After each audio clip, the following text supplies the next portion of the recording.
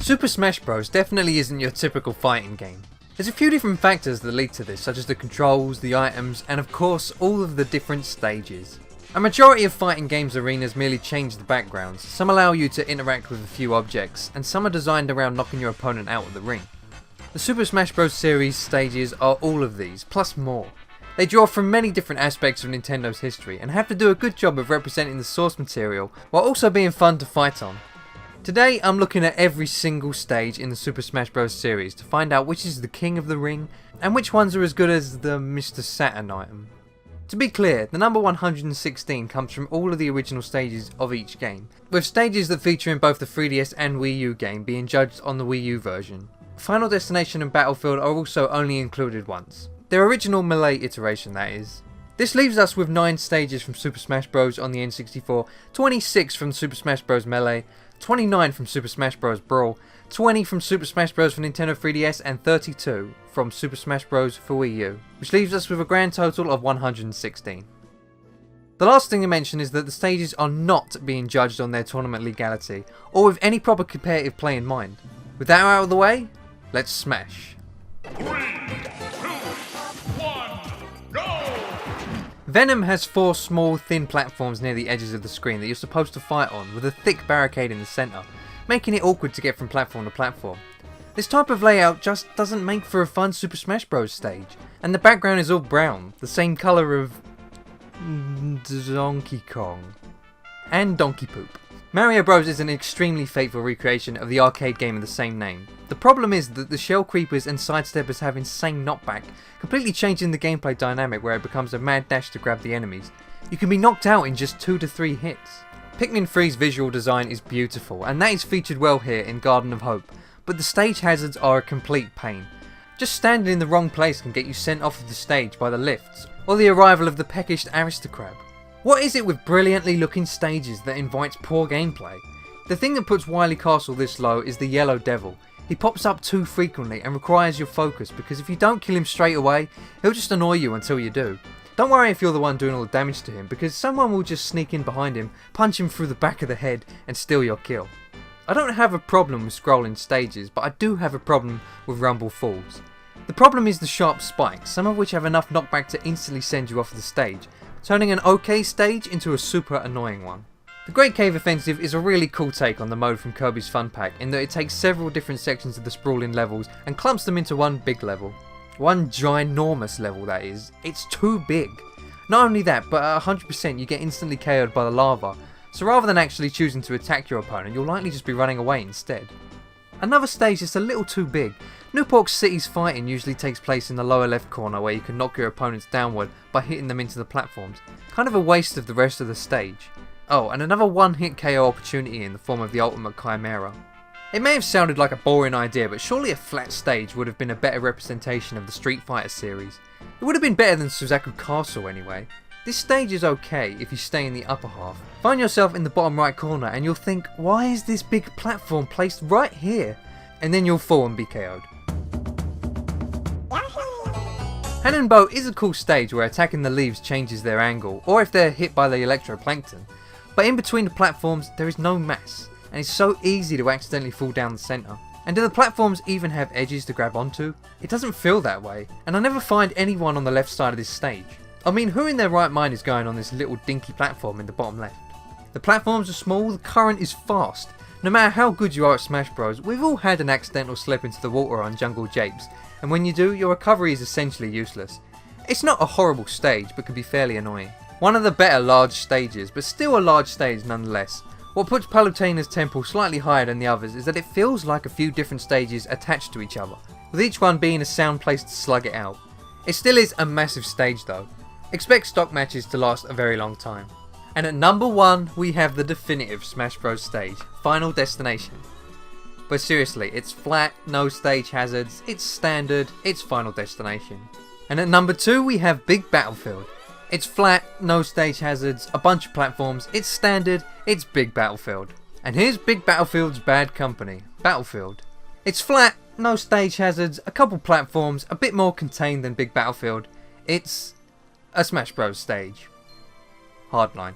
Smashville is basically Battlefield, but the layout changes depending on the Wii's internal clock. And if you play on the stage on Saturday between the hours of 8 and 12, you get a performance from the hot dog himself, KK Slider.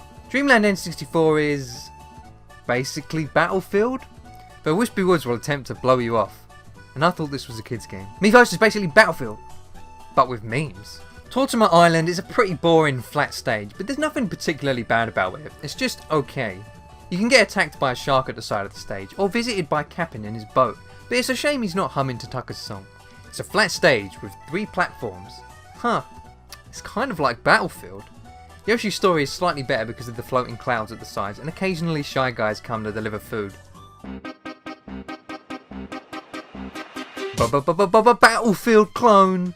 In Fountain of Dreams, the left and right platforms move up and down. However, what this stage highlights is how Super Smash Bros. Can take areas from older games and reimagine them in a new way that just looks so cool. Living Room is a cool, dynamic stage, where the stage layout is changed in real time depending on where the blocks land. But the stage is a little BS in that the blocks can just land on you out of nowhere, sending you straight off the screen. Like Mario Bros, 75 meters is a faithful recreation of the level from the Donkey Kong arcade game, but it still retains the regular Smash Bros gameplay. Though it's pretty hard to traverse the level considering that you can't drop through the girders, and if you're on that top platform you're going to get pummeled by OG DK and his spring. I'm a sucker for retro themed stages in the 3DS Smash Bros. The aesthetic just gets me, as is the case with Balloon Fight. It mixes up the gameplay by letting you walk through the side of the screen. But it doesn't work fantastically well, seeing as you can get KO'd in one quick punch if you're too close to the blast zone. That fish is annoying too. For me, the quality of the moving stages all depends on how the stage changes and how the background becomes part of the stage. Town and City is the most basic of this concept. I like that the platforms change on the fly, but this stage doesn't interact with the background at all. A better example of this is Skyloft. At a couple points the floating stage meets the floating city down below, landing on landmarks like the goddess statue. Some of the platforms are designed a bit awkwardly though, where it becomes hard to knock people off. Luigi's Mansion is a cool stage which can be changed by the fighters. Knocking down parts of the house reduces the amount of platforms, causing it to become a flat stage before being rebuilt back to how it was. Apart from that, there's nothing overly special about it. There's something inherently wrong about Mushroomy Kingdom. It's a decent scrolling stage featuring platforming sections from the Mario games. I just don't understand its visual design. Why cover everything in sand? It would have been better if they just made it look like a regular Mario game. Skyworld is an alright stage with destructible platforms that determine whether people can go through them or not. But man, sometimes those platforms reappear at the wrong time. Yoshi's Island N64 is a good, standard stage. It's wide and curved enough to vary itself from other Battlefield clones, and it has a couple of static clouds at either side for added recoverability. The same can be said about Yoshi's Island Brawl. While it has less verticality, it incorporated more visual features from the Yoshi's Island game, and the background changes seasons. It looks really nice.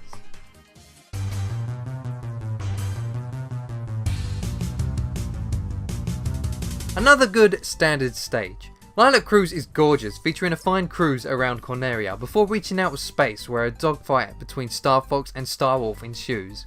The fighting area itself is just a couple of high and low platforms that tilt a bit, and there's a surprising lack of interactivity with stage hazards for a Star Fox stage. Some 3DS stages have special mechanics that take advantage of using multiple systems for multiplayer. Golden Plains gives everyone a coin counter. Collect 100 coins and you turn golden, which makes you stronger or something? The stage moves back and forth between a couple areas, but the overall design feels a little uninspired. Kinda like the game it's based on. Coliseum is a decent stage. While it starts off flat, different platforms will pop out of the ground that you can fight on. It's a fun stage, but there's nothing much beyond that. In Pilot Wings, the platforms are constantly moving around the stage, requiring you to jump from platform to platform in order to not fall off the stage. Being trapped into the corners forces you to rethink your positioning and strategy in order to use the stage to your advantage. Paper Mario looks incredible. And the first 2 sections are excellent. In the first, you'll be forced to make battle with a giant fan to stay alive. Then it transforms to the second section where you're fighting on a swaying pirate ship. The third section is just... what? There's barely anywhere to stand, and the rotating Bowser head doesn't help much either.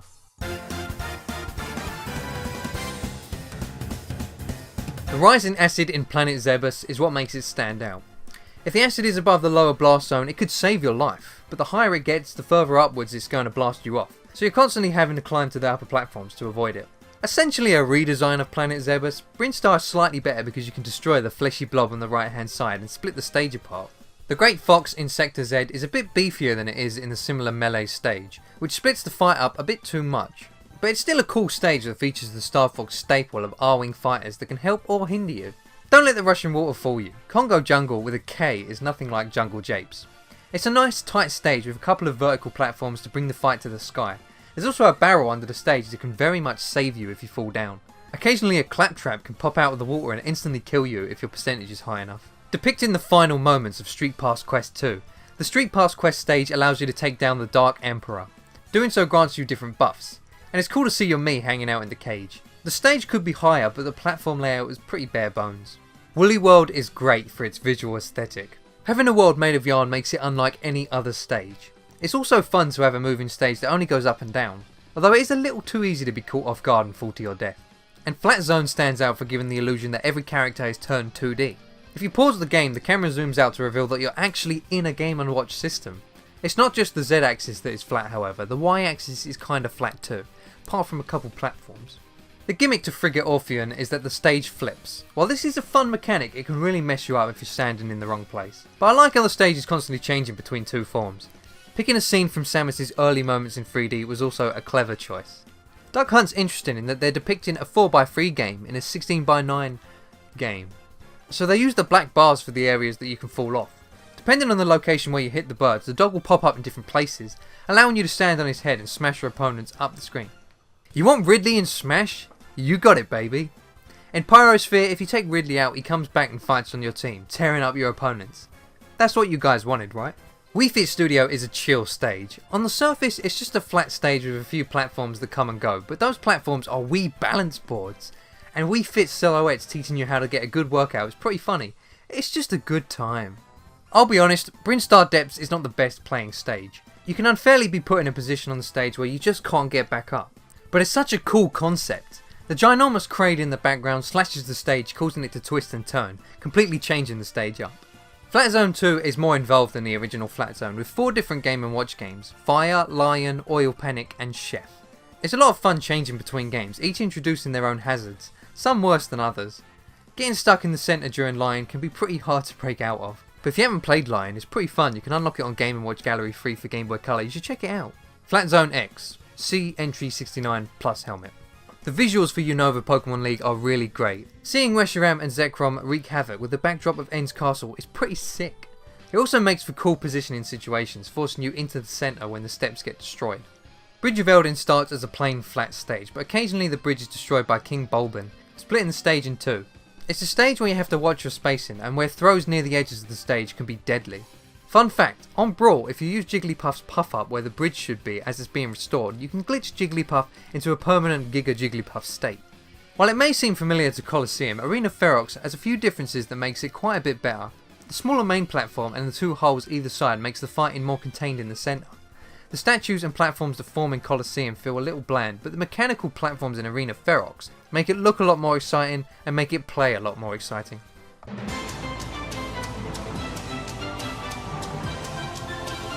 I think I'm putting Temple low on this list in comparison to the collective opinion, but I'm not entirely sure. It's a really good stage with 4 to 5 smaller areas of varying shape, allowing for different kinds of fights depending on where you are. The little cave area allows recovering at very high percentages. It's a good stage, but seeing as it's been brought back time and again makes me think that others think that it's a lot more than good. Am I in the minority here? Rainbow Cruise is a great looking and fun moving stage. It's a bit less frustrating than its Super Mario 64 counterpart. It's a mix of thin platforms, solid platforms, falling platforms, swinging platforms. The screen moves slowly enough that you can't really be caught off guard and fall to cheap deaths. That one part at the end where the screen rushes downward can be a nuisance though. Game & Wario as an overall package was pretty average. The highlight of that package was Gamer. The Smash Bros version perfectly recreates the fear of being caught by what is probably the scariest mother in a Nintendo game. Gaur Plaine represents the most iconic visual element of Xenoblade Chronicles, looking out towards the great titan, the Mechonis. Most of the action is seen at the top of the stage, occasionally dropping down for a light scramble. The gap in the centre is a little too large, making the platform in between the two halves a bit difficult for characters like Ganondorf and Little Mac. The original transforming terrain. Pokémon Stadium's layout shifts dramatically, being loosely based on grass, water, fire and the rock type. It's a great concept that paved the way for future stages that completely changed throughout the battle. It's not higher on the list because the different variants only use the types as a concept, and don't seem specifically based on anything from the Pokemon series. Battling atop Princess Peach's castle is a special treat with invisible platforms, hidden blocks and even a bonsai bill or two. It has just the right amount of gimmicks, none of them being unfair, allowing for a good game of Smash with little BS. But where are those 100 1-ups I was promised? While Mario Circuit Brawl has the appearance of the boring figure 8 circuit from Mario Kart DS, the Smash Bros stage is a lot better. The curved platforms are interesting when considering your positioning, and you can simply walk up a bit to avoid some up smashes. Just avoid them pesky Shy Guys. Fun fact, it's impossible to have a race with all Shy Guys in Mario Kart DS, since you can only play as Shy Guy if you're playing multiplayer, via download play, and at least one person has to play with the game card in their DS. Distant Planet is a great representation of Pikmin. When the giant Bulborb enters, it becomes both a platform and a deadly trap. It doesn't happen often, but if you land in its mouth you'll be instantly chewed up like a vulnerable little Pikmin. You can also knock the pellets off the pellet posies and throw them into the onions to produce an item. What did I just say? The anti-gravity feature of Mario Kart 8 is displayed in Mario Circuit Wii U. Shy Guys will come at you from all different angles. The rotating background in motion looks stunning, just like Mario Kart 8. And you can actually have races with 12 Shy Guys if you played online. The flip panels, musical blocks, rotating blocks and all of the other platforms makes 3D Land a really fun travelling stage, which brilliantly encapsulates the excellent Super Mario 3D Land. Similar to Sector Z, Corneria is much improved by the simple fact that it's smaller. It allows a 4-player melee to still feel like a 4-player melee, where you can't just hide at the sides and can always be knocked back into the fray. It's also the first stage to introduce the Smash Taunt Easter egg. It may sound like a fairly basic stage, but Boxing Ring has a couple of gimmicks that make it more than that. The ropes can be used to bounce on and the light fixture can be knocked down, causing major damage to anyone below. It's also really amusing to see the different titles that the LED panel gives each character. Unlocking Fourside in Super Smash Bros. Melee was really surprising as it looks nothing like any other stage on that game. The nighttime aesthetic, the skyscrapers and the random UFO really made me want to check out the source material, where I discovered that it's more based on the parallel version of Earthbound's Fourside known as Moonside. The thin gaps down the side of the buildings makes it extra important to stay as high as possible, as a small slip down there could end you even on a small percentage. Dreamland is comparable to Flat Zone in that the stage is inside a game system. This time it's the original Game Boy, and it's much more obvious as you can go off the screen behind the border. Leaving the retro style of the black and white Kirby's Dream Land untouched for this stage was a great choice and really makes it a joy to play on. Normally a stage like this would be much higher on my list, but the screen does feel a little crunched. And we could have done with an appearance from Lololo and Lalala. Super Mario Maker is like Smashville in that its layout changes. However, rather than just being a few platforms that change, the entire stage changes and is built before your very eyes. It's also cool to see the graphics change on the fly, and to see the blocks be rebuilt when they're destroyed. I'll say it again, don't stop using Woohoo Island in your games, Nintendo. Coming back here is becoming very comforting. It's a really great travelling stage that takes us on a tour of the island, dropping us off at different locations from Pilot Wings Resort, Wii Sports Resort and Mario Kart 7. The platform composition is particularly great with a lot of variation and none that are bad. Peach's Castle is such a weird smorgasbord of solid objects thrown together as if a toddler had been messing around with the stage creator. But it's somehow good? The shift in lower platform acts as a saving grace if it happens to line up with where you fall, and the triangles in the upper two corners can be used to slide back to the stage, and I think it's safe to say that this is the most beautiful version of Peach's Castle ever produced. Congo Jungle with a C is a great little contained stage fit to hold a good clean round of Smash. The horizontally moving barrel isn't the hardest thing in the world to get to, and it feels good to save yourself with it. The upper platforms allow for good verticality if you need a minute to recoup. The sunset, the silhouettes and the harsh browns do a good job of demonstrating the unique world of Donkey Kong. The coolest thing about Mario Galaxy is the fact that it curves like a sphere. Not just the stage, but the gravity also reflects this. Projectiles will rise and dip in relation to the world. As Rosalina and Luma's home stage, it's especially fun to use her Luma shot to travel around the map and pummel your enemies on the other side. One of the only retro themed stages in Melee, Mushroomy Kingdom Melee features two floating platforms that work like a pair of scales. They actually react to different characters' weight. If Bowser were on one side and Pichu was on the other, Bowser would fall to his death. See, Pichu is good for something. Summit has nothing to do with Ice Climber. Sure, it has the cloud platforms and polar bears, but the stage itself doesn't resemble anything from Ice Climber. I suppose the one stage in Melee basically exhausted any potential stage concepts from Ice Climber. Regardless of this, the stage is really fun. Starting off at the mountain summit, as it were, the stage itself rushes down to the ocean where you have to stay as high as possible to avoid the fish from Balloon Fight. Any more of these spliced concepts and we're treading into PlayStation All-Stars territory. Prism Tower is quite the spectacle. Limio City is one of the more memorable moments from Pokemon X and Y, shifting the camera from top down to over the shoulder so you could witness the Paris-inspired metropolis in all its glory. It's a fairly basic stage in its foreground, but cycling around the Lumiose gym is a sight to behold. The dip in Green Hill Zone is a pretty interesting choice for this stage, as I don't think Green Hill Zone is particularly famous for its dips. Maybe the stage layout is a line graph of the quality of Sonic titles. Regardless, it makes for a unique stage design and it's fun to abuse the checkpoint posts.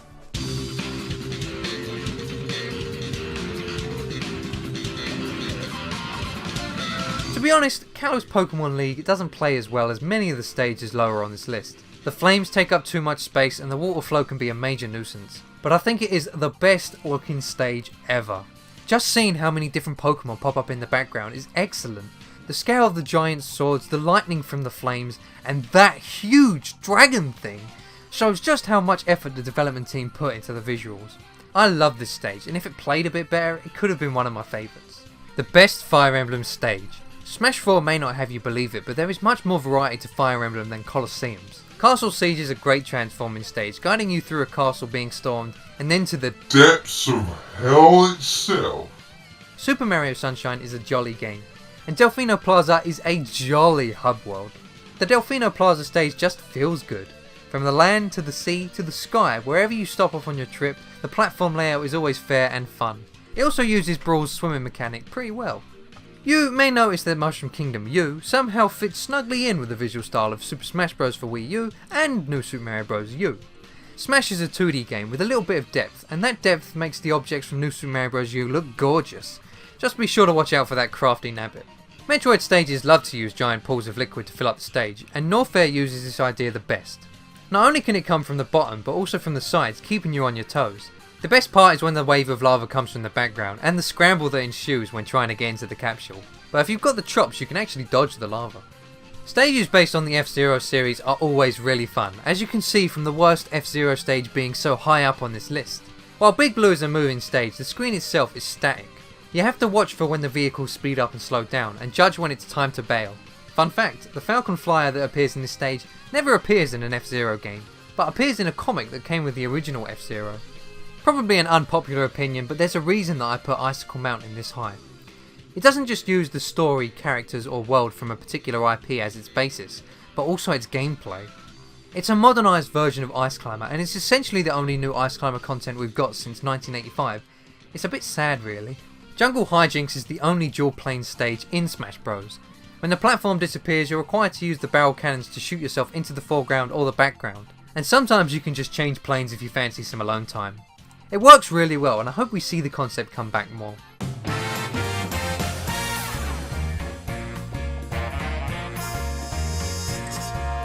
Tomodachi Life is just a simple 4-layered stage, which is a lot more fun than it sounds, as the fight is constantly moving around the stage, and you can end up with a little cat and mouse game going on. Revealing what your Miis are getting up to is also pretty funny.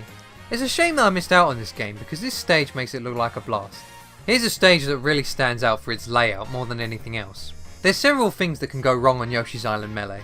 You can get stuck under the blocks in the centre, you can get knocked off of the right side via the floor. If you've grown from Super Mushroom, you could dodge roll across half the stage. It's mayhem. In Pac-Maze, the separate screen multiplayer in Super Smash Bros. For Nintendo 3DS is used to give each character a separate pack dot count. Getting 100 powers you up. I can't explain why it's more fun than collecting the coins in Golden Plains. Maybe it's the neon colours, the ghosts or the fruits. It reminds us who haven't played it in a while why Pac-Man is such a timeless classic game. PictoChat is a great ever-changing stage. It begins as a normal Final Destination type stage, but the chat room participants continue to draw wonky platforms and stage hazards to shift the flow of battle. The drawings are too good for the PictoChat audience in my opinion, and the screen never becomes fully filled out with black ink. At that point, did you even PictoChat? Hyrule Castle doesn't go overboard with any gimmicks. The only stage hazard is the tornado, which can be deadly at high percentages, but it's so small that it doesn't take over the focus. The layout is great with both high and low areas, and the tower to the right changes the dynamic of the fight where it can be used for safety. It doesn't look weird like Peach's castle either. Who saw them putting Pac-Land in Smash? Like, who has even played Pac-Land? I certainly haven't. But the unmodified visuals of the arcade version of Pac-Land make for an incredibly unique Smash stage, giving off a colouring book or an early PC kind of vibe. Our journey sees us going through to a number of different environments, each with their own gimmicks. I seriously know so little about this game, and this stage has me very intrigued. And here we have the standard motif for F-Zero stages. Mute City Melee is a fast moving stage, constantly dropping you off in the middle of the racetrack, where you have to avoid the high speed vehicles. It's interesting that there'll often be times where you can't die from falling downward because the track will just bounce you back up, leaving you as a sort of open ragdoll. And Port Town Aerodive is very similar, but it looks a bit prettier and the stage layout is a bit more diverse. Another vehicle stage. Think of Spirit Train as the stage where the Devil Assist trophy is always present. It's like the previous two stages in that falling onto the tracks doesn't kill you but launches you up and leaves you defenseless. Different platforms will pop up from time to time, and the train will sometimes change carriages, causing the platforms to differ. It's a stage where you have to constantly be aware of it, as well as your enemies. In PictoChat 2, not only are the stage hazards much more creative than PictoChat, but I love that some of the sketches borrow inspirations from games like Donkey Kong, Super Mario Bros and Pac-Pix. Sometimes the screen does go entirely black. That's the PictoChat I remember. Rainbow Road is the Mario Kart equivalent of the F-Zero stages. It's practically the same but with all the pretty colours that Rainbow Road entails. And it's based on the best Mario Kart tracks, so that gives it some bonus points. Like Icicle Mountain, in Smash Bros also gave us a modernised version of Wrecking Crew. The building is destructible like Luigi's mansion, but it takes much less time to break it down, and it's so tall that the stage will constantly be shifting. It's like Tomodachi Life, but 1,000 times less static. Getting trapped in barrels is darn fun. If you haven't played Wrecking Crew, you should check it out, it's pretty good. A regular old street. There's not very much to on it, it's just a fun stage to smash on, and I suppose that's why it's been brought back again and again. It's full of hard and soft platforms that have to be scaled in order to avoid several vehicles, including the Runaway 5's tour bus. Maybe I like this stage so much because it reminds me of how bizarre and wonderful Earthbound is. Saffron City isn't a typical Pokémon stage. They're usually either stadiums or they're dark ambient places. Saffron City sees us above the Silphco Tower. The overall layout is similar to Fourside, but the larger central platform makes it easier to avoid slipping down the thin gaps. It's also really cute to see a Pokémon poke their head out of the door every now and again to perform an attack. Samus is under fire. She sent an emergency directive. Join the fight. I love the appearance of Birdo in Mushroom Kingdom 2. It's funny to just chill atop his or hers head and knock Birdo's lights out with a swift falcon punch. You can also grab Birdo's eggs and do massive damage and knockback on an opponent. It also makes me happy whenever Super Mario Bros 2 gets some love. Maybe Wart can be in the next Smash. Majora's Mask gets a lot of love, but Termina itself isn't really seen much outside of the game. Although the Great Bay Temple is one of the worst Zelda dungeons, the Smash Bros stage of Great Bay is really good. I especially like the lowest section where you can go under the raised platform to escape danger, or you can use the bottom of the raised platform to perform a stage spike to send your opponents flying downward. I think with the new swimming mechanic, this stage deserves a comeback. Sticking with Zelda, to me, Gerudo Valley is a much improved Bridge of Eldin. Not that Bridge of Eldin is bad, but Gerudo Valley is much more exciting.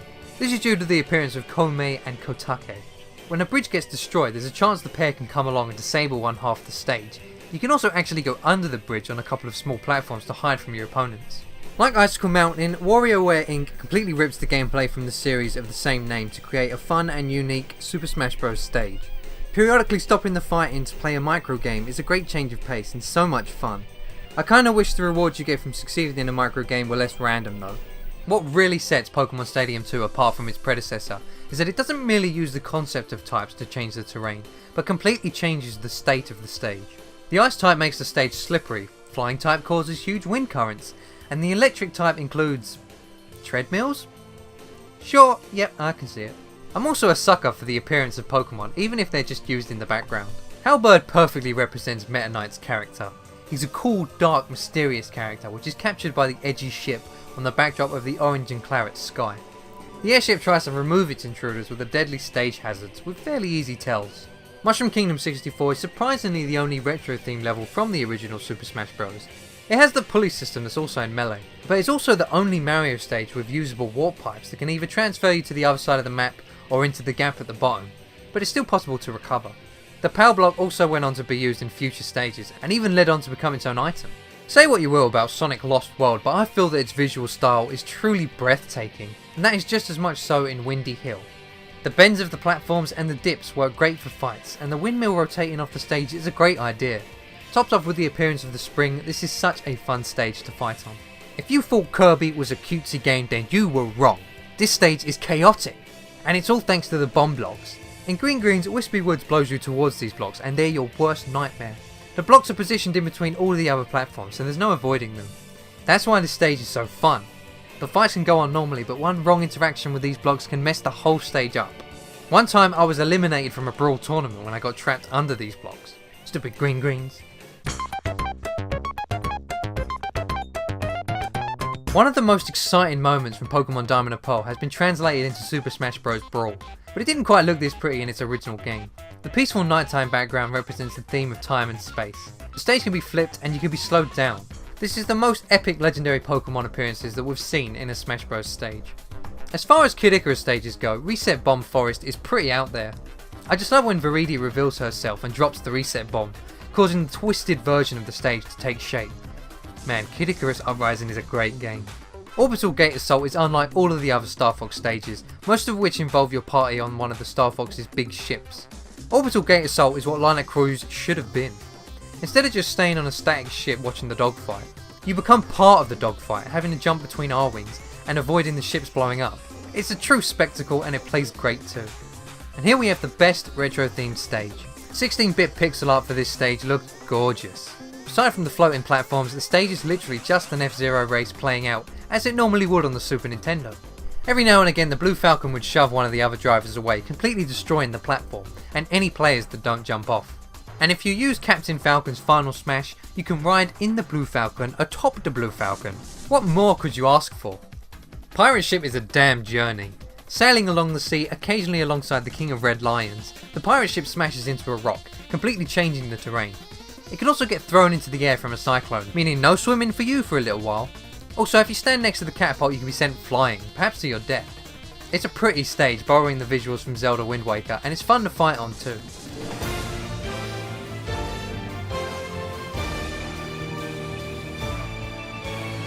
Here's where the third party stages get really good. Shadow Moses Island is perhaps the most iconic location in the Metal Gear series. The dark grey aesthetic of the original Metal Gear Solid is recreated very nicely. You start off trapped in the centre but can smash through the terrain to open up the area, allowing for a broader fight.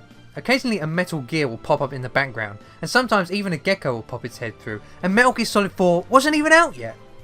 The smash taunts in this level are the very best. What a treat for Metal Gear fans. This stage is completely ridiculous. Giant Pokemon balloons, that's all you've got to say. This stage isn't very practical or fair, but it represents just how wacky the Smash series can get, and it's why I love it so much. This stage is beautiful, magicant. I love the bright pink colour palette. I love the texture rip in the background that shows us footage from the Mother series. It's so clever and the music is just yummy. And to top it all off, it's fun to play on. Party characters can be a bit hit and miss, but the Flying Man can be a great asset to your team. But at the same time, he's not too hard to take out, so you're not at a huge disadvantage if you have to face him. I need to see this stage in HD in the new Smash. When Bayonetta begins, it is immediately gripping with its action sequence of the falling clock tower, accompanied by the sexy witch stylishly slaying angels. It was a very smart choice to include this scene as the Smash Bros stage to represent Bayonetta. Your main platform is the falling clock. Periodically parts of debris will fall alongside it, creating extra platforms. There's no messed up gravity or anything, and the falling debris can't knock you around, allowing for a great, fair game of Smash. Alongside great music and the stunning scene in the background that occasionally visits the magnificent world of Purgatoria. And now, the one you've all been waiting for. Well, you may have noticed one glaring omission in the list so far from one of the craziest and hypest characters who have ever been included in a Smash Bros. Game. The number one stage is...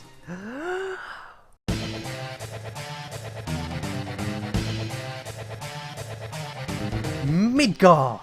Yes, Midgar. The stage to represent Cloud and Final Fantasy VII. It's not just the shock of this stage being included in Smash Bros. That makes it the best, and it's not just the fact that I'm a Final Fantasy fanboy either. Midgar starts off as a Battlefield clone. Nothing special, right? It's how the stage transforms that makes it the best. Umbra Clock Tower is an exceptional stage, but what makes Midgar just inch ahead is that it uses gameplay ideas from the source material in Smash Bros. In a way that we've never seen before. Pick up a summoned materia and either Odin, Leviathan, Ramu, Ifrit or Bahamut Zero will wreak havoc on the stage, completely shifting the flow of battle. If it weren't for the inclusion of Final Fantasy, we may have never seen a concept like this. This type of bizarre inclusion is why I love Super Smash Bros. One thing I hate about the stage though, why only 2 music tracks?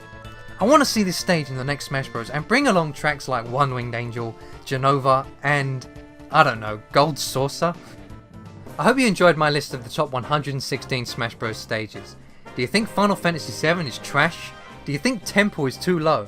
Do you think Pokefloats is undoubtedly number 1? Let me know in the comments below. And as always, have fun playing video games.